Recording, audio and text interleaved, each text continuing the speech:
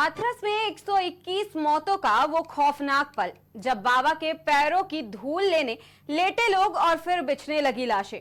ऐसा पहली बार नहीं हुआ है जब हाथरस में ऐसी कोई घटना घटित हुई हो। इससे पहले भी हाथरस हादसाओं का केंद्र रहा है। जी हाँ, नमस्कार, मैं सोनाली और आप देख रहे हैं केकेडी न्यूज।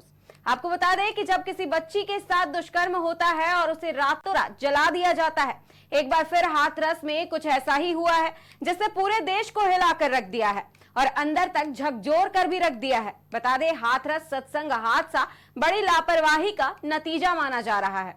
इस मामले की जांच के दौरान जो तथ्य निकलकर सामने आ रहे हैं वो बेहद चौंकाने वाले भी हैं, क्योंकि बाबा के ऊपर भी तमाम सवाल उठ रहे हैं। बता दें, अधिकारियों के अनुसार सत्संग में काफी भीड़ जुटी थी, जिन्हें सही से मैनेज करने का कोई प्रबंध भी नहीं था। अब सवाल ये उठ रहा है कि क्या प्रशासन को कोई जानकारी नहीं थी कि कितनी संख्या में लोग जमा हो सकते हैं। ये हादसा इस वजह से हुआ क्योंकि वहां मौजूद श्रद्धालुओं में बाबा के चरण रज और पैर छूने की होड़ लगी हुई थी और हर श्रद्धालु किसी तरह भी बाबा के पास पहुंचना चाह रहा था और इस होड़ के चक्कर में और बाबा तक पहुंचने की कोशिश में ये भगदड़ मच गई, जिसमें अभी तक 121 लोगों की जान जा चुकी है, जबकि कई लोग अभी भी गंभीर रूप से घायल हैं, जिनका इलाज अलग अलग अस्पतालों में चल रहा है। लेकिन इस मामले ने अब तुल पकड़ लिया है और विपक्ष पर जमकर निशाना साधना भी शुरू कर दिया गया है, क्योंकि सत्संग भगदड़ हादसे के बाद हाथरस में हर जगह मातम का माहौल पसरा हुआ है।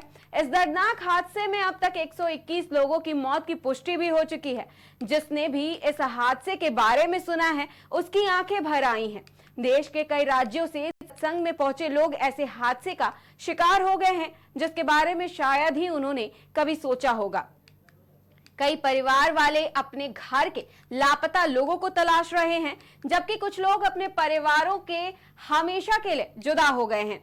यह हादसा कितना भयावह है इसका अंदाजा इससे लगा लीजिए कि घटना स्थल पर लाशों का ढेर देखने को मिल रहा है और उनको पूछने वाला कोई नहीं था। वहीं जब ये शव पोस्टमार्टम के लिए पहुंचे तो वहां ड्यूटी पर तैनात सिपाही इतने शवों को देख करके इतना घबरा गए कि उसे हार्ट अटैक आ गया। इसके बाद उसे इलाज के लिए ले जाया गया, मगर बदकिस्मती से डॉक्टर भी सिपाही को नहीं बचा सके। वही सत्संग हादसे ने लोगों के जहन में इतनी बुरी यादें भी छोड़ दी हैं जिन्हें शायद ही कोई जिंदगी भर भुला सके। ये हादसा बुरे हादसे की तरह भारत के इतिहास में दर्ज जरूर किया जाएगा। हादसा तो भयानक है, मगर इस पर भी राजनीति थमने का नाम नहीं ले रही है। पक्ष मामले को किसी तरह पाटने में लगा हुआ है, तो वहीं विपक्ष इस मामले को राज्यसभा तक घसीट ले गया है। बता दें, विपक्षी नेता मल्लिकार्जुन खड़गे ने राज्यसभा में हाथरस हादसे को उठाया है और सरकार से हादसे पर जवाब मांगा है। वहीं इस दुर्घटना पर समाजवादी पार्टी, कांग्रेस समेत सभी नेताएं एक्टिव हो गए हैं। हाथरस हादसे पर अखिलेश यादव ने यूपी सरकार को घेरा है। हाथरस भगदड़ पर अखिलेश यादव ने सवाल किया कि कोई घटना हो जाए तो सरकार के पास क्या इंतजाम है, बस सरकार चलती रहे, यही बंदोबस्त किया गया है।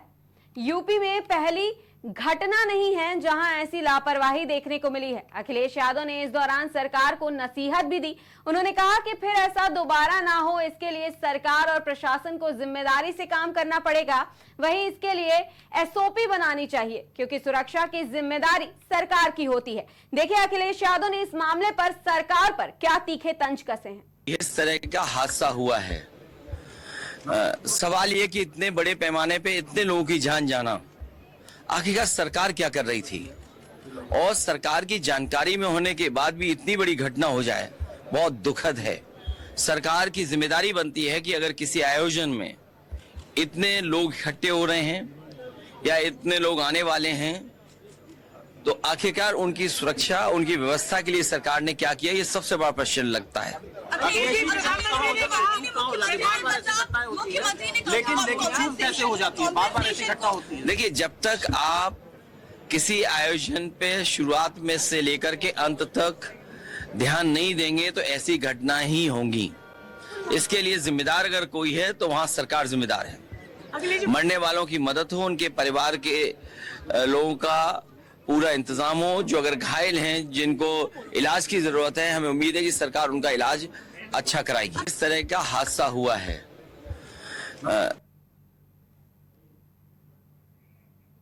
तो इस मामले पर अभी आपने सपा सुप्रीमो अखिलेश यादव को सुना।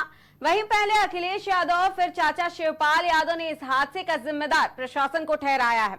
हाथरस भगदड़ पर समाजवादी पार्टी नेता शिवपाल यादव ने कहा है कि कई लोग मारे गए, कई लोग घायल भी हुए हैं। प्रशासन और सरकार को जिम्मेदार लोगों के प्रति जिम्मेदारी तय करनी चाहिए थी। वहीं जिस वक्त इतना बड़ा हादसा हुआ उस वक्त सरकार की कुशल व्यवस्था और पुलिस प्रशासन कहां थी, ये सवाल भी उठाया है शिवपाल यादव ने। देखिए क्या कहते हैं शिवपाल यादव। और यहाँ पर बहुत से लोगों की मौतें हुई, बहुत से लोग घायल भी हैं। इलाज कराने में सरकार असफल है। अभी तक उनके लिए कोई विशेष सुविधा नहीं हो सकी और जो भी मृतक हैं और जो घायल हैं उनको शीघ्र इलाज की व्यवस्था करानी चाहिए था, प्रशासन को भी और सरकार को भी। और जो जिम्मेदार हैं उनके प्रति जिम्मेदारी फिक्स होना चाहिए। अब असफल है, प्रशासन की जिम्मेदारी थी। जब इतना बड़ा कार्यक्रम करा रहे थे तो प्रशासन की भी जिम्मेदारी थी। और जब कोई घटना हुई तो अब व्यवस्था ठीक से होनी चाहिए थी, इलाज भी होना चाहिए थी। तो अभी तक इलाज भी ठीक से नहीं किया जा पाता और यहाँ पर बहुत से। तो अभी आपने शिवपाल यादव को सुना, पहले आपने भतीजे को सुना था, उसके बाद आपने चाचा को सुना कि हाथरस हत्या, हाथरस कांड पर भी कितने सारे बयान दिए जा रहे हैं, इस मुद्दे को भी उछाला जा रहा है। अब जिसके बाद हाथरस हादसे पर सपा नेता रविदास मेहरोत्रा भी खुद को नहीं रोक पाए हैं। उनका भी एक बयान सामने आया है जिसमें उस सरकार के दावों पर तमाम सवाल उठाते हुए नजर आ रहे हैं और इस हादसे का जिम्मेदार योगी सरकार को ठहरा रहे हैं। तो पहले रविदास मेहरोत्रा का सुनियो कि वो क्या कुछ कह रहे हैं। हाथरस में जिला प्रशासन की लापरवाही से सत्संग के दौरान हुई भगदड़ से 120 से अधिक लोगों की मौतें हो गई हैं और बहुत लोग घायल हो गए हैं। ये हादसा नहीं है, हत्या है और प्रदेश सरकार इसके लिए दोषी और जिम्मेदार है। प्रदेश सरकार के मुख्यमंत्री को इस घटना के बाद एक दिन भी सत्ता में रहने का कोई नैतिक अधिकार नहीं रह गया है। हाथरस में जिला प्रशासन मामले पर राजनीति थमने का नाम नहीं ले रही है। रविदास मेहरोत्रा को आपने सुना, अभी आपने सपा नेता को सुना और अब कांग्रेस के नेता को सुनिए जिन्हें हादसे का दुख कम है और सरकार को सुनाने की खुशी ज्यादा है। बता दें कांग्रेस नेता अंशु अवस्थी ने हाथरस में हुई दर्दनाक घटना के लिए सीधे तौर पर भारतीय जनता पार्टी की सरकार और प्रशासनिक तंत्र को जिम्मेदार ठहराया है, जिसकी वजह से सैकड़ों परिवार उजड़ गए। वहीं सवाल उठाया है कि इतनी बड़ी घटना हो गई, दर्दनाक घटना में हुई सैकड़ों मौतों का जिम्मेदार बीजेपी सरकार है और यह प्रमाणित होता है कि भाजपा सरकार को अपने प्रदेश के निवासियों की जान और उनकी सुरक्षा को लेकर के कोई रुचि नहीं है। वहीं उन्होंने ये भी कहा है कि जब इतनी बड़ी भीड़ एक सत्संग सामाजिक कार्यक्रम में इकट्ठा हुई तब सरकार की खुफिया तंत्र कहां सो रही थी। बड़ी भीड़ का अंदेशे की सूचना के बावजूद तैयारी क्यों नहीं हुई। इस घटना से जो परिवार उजड़े, जिनकी मौतें हुई हैं, उसकी जवाबदेही भारतीय जनता पार्टी की योगी आदित्यनाथ सरकार की है और इसका जवाब इनको देना ही होगा। देखिए अंशु अवस्थी ने क्या कुछ सरकार पर सवाल खड़े किए हैं। प्रशासन की घोर लापरवाही है जिसकी वजह से इतनी बड़ी घटना हुई और सैकड़ों लोगों की जान गई। आखिर 20,000 से ज्यादा वहां पर भीड़ थी, तो क्यों कोई ऐसे इंतजाम नहीं किए गए? जो सरकार की एजेंसियां थी उनके पास क्या इनपुट थे? एलाइव एजेंसियों के पास कोई इंफॉर्मेशन क्यों नहीं पहुंचाई गई? ये दर्शाता है कि सरकार अपने प्रदेश के निवासियों को लेकर बिल्कुल भी रुचि नहीं रखती है, ना रखना चाहती है, जिसकी वजह से आज सैकड़ों परिवार उजड़ गए। इसका जिम्मेदार सिर्फ और सिर्फ भारतीय जनता पार्टी की सरकार है। जिनकी वजह से इतनी बड़ी घटना हुई, अगर कुछ इंतजाम रखे जाते, ये तो कोई राजनीतिक कार्यक्रम नहीं था, किसी पार्टी का कार्यक्रम नहीं था, एक धार्मिक कार्यक्रम था, सामाजिक कार्यक्रम था। आखिर सरकार ने इस पर इतना लचीला रवैया क्यों दिखाया? इस पे तत्परता क्यों नहीं दिखाई गई? प्रशासन क्यों सो रहा था? सरकार क्यों सो रही थी? इन सब के जवाब भारतीय जनता पार्टी सरकार को देना पड़ता। प्रशासन की घोर लापरवाही।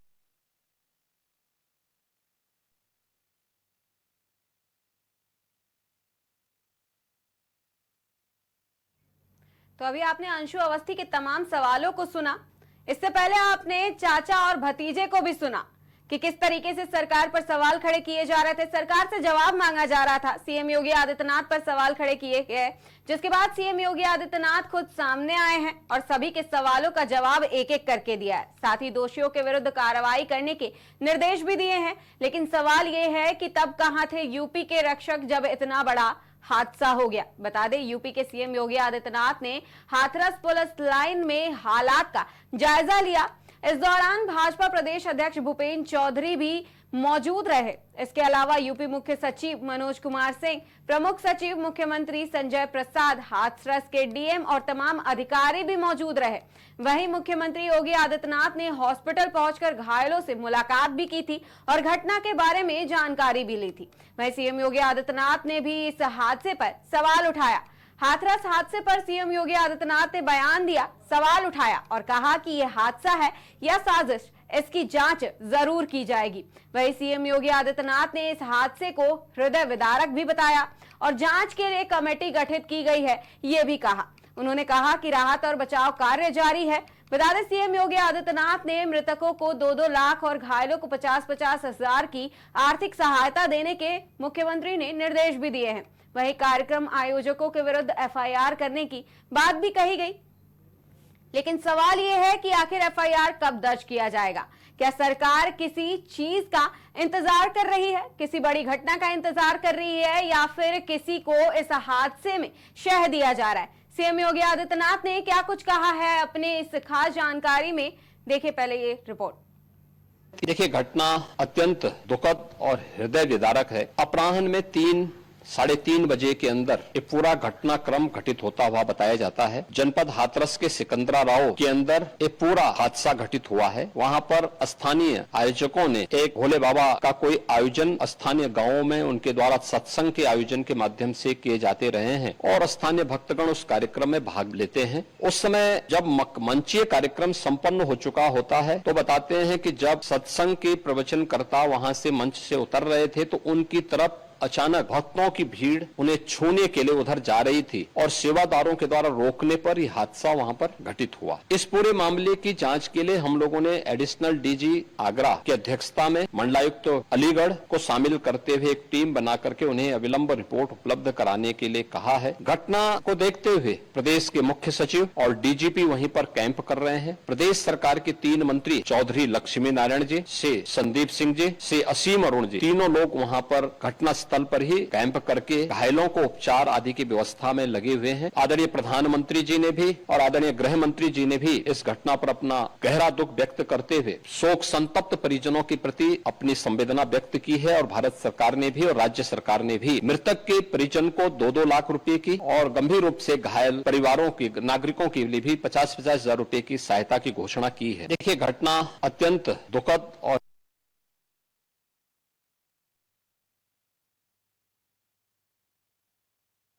सीएम योगी आदित्यनाथ को सुना कि उन्होंने इस हादसे पर किस तरह घायलों की हालात का जायजा लिया। वहीं जगदीप धनखड़ ने हाथरस हादसे को पीड़ादायक और दुर्भाग्यपूर्ण भी बताया। बता दें, सुबह राज्यसभा की कार्रवाई आरंभ होने के कुछ देर बाद सभापति जगदीप धनखड़ ने हाथरस की इस घटना का उल्लेख किया और उन्होंने कहा कि इसमें श्रद्धालुओं की मौत पीड़ादायक और दुर्भाग्यपूर्ण है। सदन ने पीड़ित परिवारों के प्रति संवेदना जताई थी और घायलों के जल्द स्वस्थ होने की कामना भी की थी। वहीं सदन में सदस्यों ने कुछ देर मौन रखकर पीड़ितों को श्रद्धांजलि भी अर्पित की थी। वहीं आपको बता दें कि सभापति ने बताया कि प्रशासन की ओर से वहां आवश्यक कार्रवाई की जा रही है और मामले की जांच के आदेश भी दिए गए हैं। वहीं इस हादसे के बाद बाबा बागेश्वर ने भी जनता से एक खास अपील की। उन्होंने कहा कि बागेश्वर वाले बाबा भी 4 जुलाई को एक बड़ा कार्यक्रम आयोजित करने वाले थे, जिसके बाद कल की हाथरस की घटना को देखने के बाद बाबा ने वीडियो संदेश में अपने समर्थकों से अपने घर रहकर पूजा पाठ करने की अपील की। वहीं बागेश्वर वाले बाबा ने कहा कि भीड़ ज्यादा होने की वजह से वो अपने अनुयायियों से अपील कर रहे हैं कि वो कार्यक्रम में ना आए और इस कार्यक्रम को रद्द किया गया है। बाबा बागेश्वर ने हादसे पर दुख भी जताया। वहीं आपको बता दें कि एक और वीडियो दिखाते हुए जब 2021 में भी बाबा के सत्संग में कुछ ऐसा ही मंजर देखने को मिला था। ये पुरानी वीडियो राजस्थान में नारायण सकार हरि उर्फ भोले बाबा के इस सत्संग की है, जहां बाबा की जबरदस्त फैन फॉलोइंग देखने को भी मिली थी। और आप इस वीडियो में भी देख सकते हैं कि भक्त किस तरह बाबा की एक झलक पाने के लिए पागल है और लोगों का यही पागलपन है जिसने आज 121 से ज्यादा लोगों की जान ले ली है और तमाम अपनी जिंदगी की जंग के लिए अस्पताल में लड़ भी रहे हैं।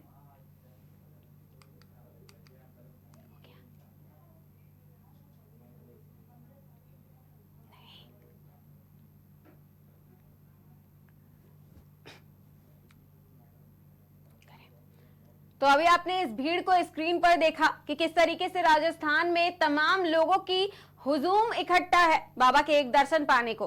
राजस्थान के पूरे मंजर को आपने देखा कि बाबा की लोकप्रियता किस कदर है, लेकिन ये भगदड़ केवल बाबा के लोकप्रियता पर नहीं मची है, क्योंकि एसडीएम ने बाबा के चेलों को धक्का मुक्की करने का दोषी बताया है और उन पर गंभीर आरोप भी लगाया है। दरअसल हाथरस के एसडीएम ने जिला अधिकारी को इस मामले की रिपोर्ट सौंपी है और इस रिपोर्ट में एसडीएम ने बाबा के चेलों को धक्का मुक्की करने का दोषी बताया है। एसडीएम का कहना है कि वो खुद कार्यक्रम स्थल पर थे, जहां भीड़ 2 लाख से ज्यादा थी। इस बीच कार्यक्रम खत्म होने के बाद जब बाबा का काफिला निकला तब भीड़ उनके चरण रज लेने के लिए आगे बढ़ने लगी, जिसके बाद बाबा के सेवादार लोगों को रोकने के लिए धक्का मुक्की करने लगे और नतीजा ये हुआ कि कुछ लोग गिर गए और अफरा तफरी मच गई, जिसके बाद इस हादसे पर अफरा तफरी में 121 लोगों की जान चली गई। जिसके बाद से बाबा कहां हैं ये कोई नहीं जानता और देश भर केवल एक ही सवाल कर रहा है कि बाबा कहां हैं। लेकिन क्या आपको पता है कि इस बाबा के भी तमाम राज हैं, क्योंकि बाबा के कमरे में बस लड़कियों की ही एंट्री अलाउड थी। सफेद सूट वाले नारायण सकार के कई राज हैं। बता दें भोले बाबा में उत्तर प्रदेश के लोगों में काफी आस्था है। वहीं ना केवल यूपी बल्कि यूपी के अलावा दिल्ली, राजस्थान और मध्य प्रदेश में भी भोले बाबा के भक्त मौजूद हैं। वहीं कुछ लोगों का कहना है कि भोले बाबा के आश्रम में कई राज छिपे हुए हैं। बता दें भोले बाबा को हमेशा सफेद सूट में ही देखा गया है। साथ ही ये भी सुनने में मिल रहा है कि बाबा के कमरे में सिर्फ लड़कियों की ही एंट्री अलाउड थी। अब बाबा का पता लगाने में सीएम और उनकी टीम लगी हुई है और किसी भी तरह बाबा के हर राज को खोलने की यूपी पुलिस मकसद में है। एक सवाल यह भी है कि इस हाथरस हादसे का जिम्मेदार कौन है और कहां है नारायण सरकार उर्फ भोले बाबा, जिसका नाम ही भोले है लेकिन काम इंसानियत को झकझोर कर रख देने वाला है। हाथरस में सत्संग में हुए हादसे का जिम्मेदार कौन, अब इस सवाल का जवाब तलाशा जा रहा है। इस बीच नारायण साकार उर्फ भोले बाबा की कहीं कोई खबर नहीं है। आखिर इतने बड़े हादसे के बाद बाबा कहां छिप गए हैं? 121 लोगों की मौत के बाद बाबा अपने भक्तों का अकेला छोड़ करके कहां गायब हो गए, जिसके चरणों के धूल से सभी दुख दूर हो रहे थे। इस हादसे के बाद से बाबा के बारे में कुछ पुख्ता जानकारी नहीं मिली है। वही रिपोर्ट्स के मुताबिक नारायण साकार उर्फ भोले बाबा हादसे के बाद अपने मैनपुरी वाले आश्रम में चले गए थे। बता दें इस हादसे के बाद बाबा फरार हैं। इस बीच बाबा को लेकर के अहम और चौंकाने वाली जानकारी भी सामने आई है। जानकारी के मुताबिक बाबा मंगलवार की दोपहर 1:40 पर घटना स्थल से निकले थे, जिसके बाद पुलिस के कॉल डिटेल चेक करने पर पता चला कि बाबा को 2:48 पर आयोजक देव प्रकाश मधुकर का फोन आया था, जिसमें बाबा को मधुकर द्वारा घटना की जानकारी दी गई थी, लेकिन बाबा को कोई फर्क नहीं पड़ा। बता दे बाबा को और मधुकर के बीच 2 मिनट 17 सेकंड तक बातचीत चली। इसके बाद बाबा की फोन लोकेशन 3 बजे से लेकर के 4:35 तक मैनपुरी के आश्रम में मिली। वहीं इस दौरान 3 नंबरों पर बाबा ने बात भी की। पहला नंबर महेश चंद्र नाम के शख्स का था, जिससे 3 मिनट तक बातचीत हुई। दूसरा नंबर किसी संजू यादव का था, जिससे केवल 40 सेकंड ही बात हो पाई। वहीं तीसरा नंबर किसी रंजना का था, जिससे बाबा की बातचीत करीब 11 मिनट से लेकर के 33 सेकंड तक हुई। लेकिन खास बात यह है कि रंजना देव प्रकाश आयोजक की पत्नी है, जिसके फोन से शायद देव प्रकाश ने बातचीत की होगी, यह अंदेशा लगाया जा रहा है। वहीं अन्य 2 नंबर भी आयोजक समिति के ही हैं, जिनमें महेश चंद्र बाबा का खास बताया जा रहा है। वहीं 4:35 के बाद बाबा का फोन ऑफ हो गया और फिर अभी तक ऑफ ही बताया जा रहा है, और बाबा कहां हैं किसी को नहीं पता है।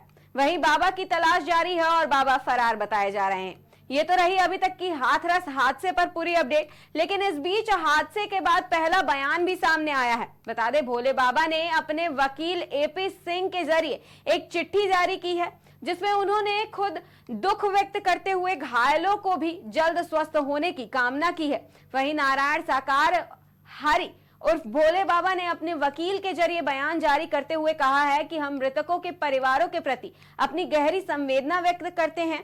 लिखित बयान में भोले बाबा ने यह भी बताया है कि समागम और सत्संग के बाद अराजक तत्वों ने जिस तरह का काम किया, उस पर कार्रवाई और कानूनी एक्शन के लिए उन्होंने सुप्रीम कोर्ट के वरिष्ठ अधिवक्ता एपी सिंह को आधिकारिक तौर पर अधिकृत किया है।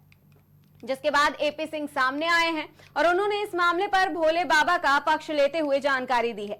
हाथरस हादसे पर नारायण साकार हरि के वकील एपी सिंह ने अपने बयान में कहा है कि यह घटना एक साजिश है। बता दें, भोले बाबा के वकील एपी सिंह अलीगढ़ के दीनदयाल अस्पताल पहुंचे, जिनका कहना है कि बाबा पुलिस को जांच में सहयोग कर रहे हैं और बाबा भागे नहीं हैं, उत्तर प्रदेश में ही मौजूद हैं। उन्होंने कहा है कि पुलिस बाबा को जब बुलाएगी वो प्रस्तुत हो जाएंगे। देखिए एपी सिंह ने क्या कुछ कहा है। सब लोग आ जाएंगे, पता चल जाएगा और हम वीडियो रिकॉर्डिंग को एसआईटी को दे देंगे, लेकिन वो हमें पहुंचाएं। अगर वो अपनी आइडेंटिटी छुपाना चाहते हैं, नहीं बताना चाहते हैं, तो हमारे पेज डॉक्टर एपी सिंह लार पे दे दें, इंस्टाग्राम डॉक्टर एपी सिंह लार पे दे दें। हम उनकी आइडेंटिटी भी नहीं बताएंगे और एसआईटी को दे देंगे, जिससे दोषी बख्शा नहीं जाना चाहिए, निर्दोष को दंड मिलना चाहिए। उनका ही मैसेज है, वो लॉ अबाइडिंग सिटीजन है। पुलिस के अनुसार जैसा पुलिस कह रही वैसा कर रहे हैं। सामने आने की बात मैं आया हूं, उनका मैसेज दिया है, उन्होंने अपना लिखित संदेश दिया है, मृतकों के प्रति संवेदना।